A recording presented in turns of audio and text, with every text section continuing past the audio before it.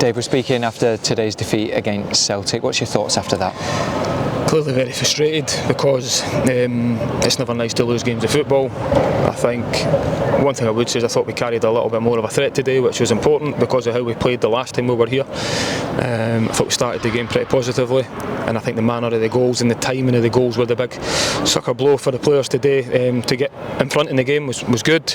I thought the shape was excellent. I thought the effort was clearly there for the players as well today, and it wasn't as if Smudge was having to make save after save in the first half. But to lose the 2 goals we did just before half time was a blow going in. Thinking you maybe going in 1-0 up to then be 2-1 down at half time just shows you though the level of opposition again, that if you switch off for a 1 second that you can be punished, and we certainly got that just before half time. I think the second one's a wee bit unfortunate because I think Boyle slips at a vital moment just before they score.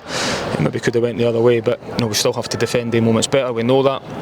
Second half I did get a reaction for the players. I thought started quite brightly, had a couple of corners, a couple of chances that maybe didn't quite fall to us, but in the third goal in the game was the killer. Then at that moment, once it goes 3-1, it becomes very difficult after that, but the subs come on and we keep pushing and we keep trying to get back into the game. So again, I can't fault the effort of the players, everything they gave me again today, but it's just the same thing when you give up mistakes in games.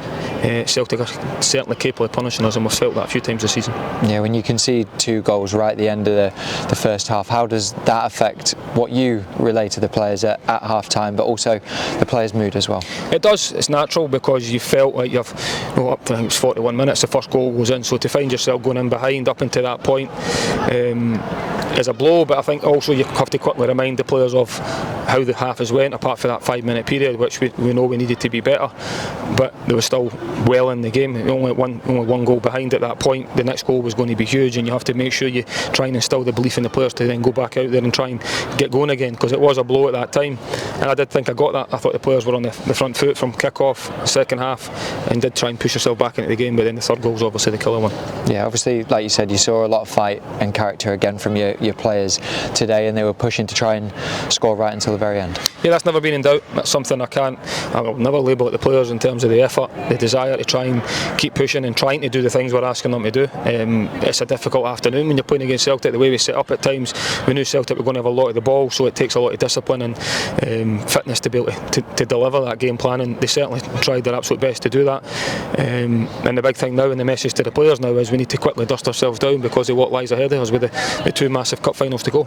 Yeah, I was going to say, obviously recover now, ready for St Mirren on Wednesday, a massive game. It is a massive game. I just remember the message to the players there was it's the biggest week of our lives now with what is at stake.